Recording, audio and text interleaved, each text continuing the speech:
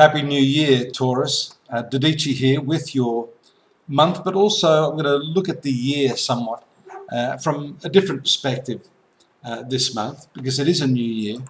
And if you studied the introduction video that I did for all 12 signs, we're talking about resolutions, in particular New Year's resolutions, which we often make, and then sometime later, maybe days, weeks or months later, we break those resolutions. So what is it that creates the ability to maintain those resolutions? I must say, being born under the fixed sign of the bull, this does give you fixity of purpose, a nature that is prone to achieve what you want when you want it. So resolutions are often easier for those of you in the higher grades of the star sign of Taurus. And what we need to look at here, particularly in the last couple of days, the new moon that has taken place in the other earth sign of Capricorn, in the 9th sector of your horoscope. There's 5 planets there right now. Pluto, the planet of transformations, which has a lot to do with the result of a resolution taking place and being taken to its final conclusion, which, of course, a resolution is meant to change one's personality, one's relationships, one's circumstances, one's life.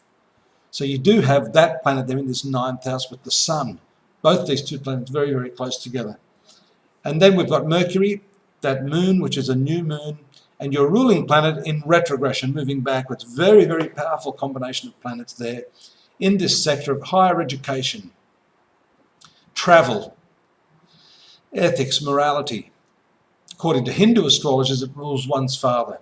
That's a bone of contention. But let's just say, for a starter, that for those of you that have been homebound, this could be the year where you make resolutions, the month where you make a resolution that you're going to get out now. You're going to travel, see more of the world, expand and enrich your life with a deeper understanding of foreign cultures.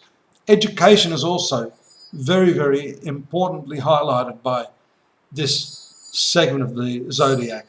So for some of you, it could be a time where you've had enough of the same old, and you want to improve your skill set. So this is a perfect time to resolve to do that. Your ruling planet right now being retrogressed. It's interesting. There may have been some information that you had or some idea that you had. You'd let that go, but right now you're in what we would call a review stage. And that's happening now because Venus is just hovering there between the sector that rules these things I've just mentioned, including your higher education, self-education, and career. So it's moving backwards out of that career sector. So what I'm seeing here is that possibly for a lot of you, unless you make the resolution now, you're not going to be able to achieve what it is you want to achieve throughout 2014.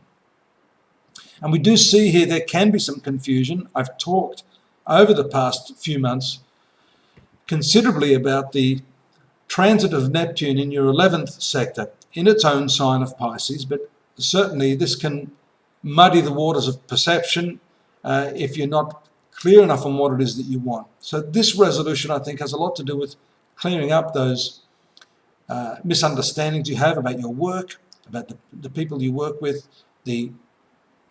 more importantly, the goal that you have in life. Interestingly too, some of you will recall the very strong karmic influences that you have now on the marital sector of your horoscope. Now this is important because Saturn does tend to create many, many obstructions.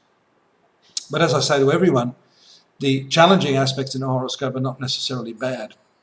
They can be used as fuel to propel you forward on your journey in life. And Saturn, one of the planets in question, karmic planets there, is notorious for its ability to give you very, very fine concentration.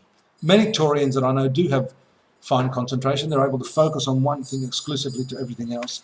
And that is why they get things done. They may not get them done as quickly as other people. And that's the case throughout 2014 and in particular January. But you will prevail. Now, maybe part of your resolution does have to do with this issue. I did mention the issue of ethics, morality. That has to do with principles. Now, sometimes, well, not sometimes, very often, I've found people that come to see me compromise their principles in relationships, especially if you're getting a bit older, you're looking for someone to partner up with, then it can be easier to sort of say, yeah, I'll compromise on this or that.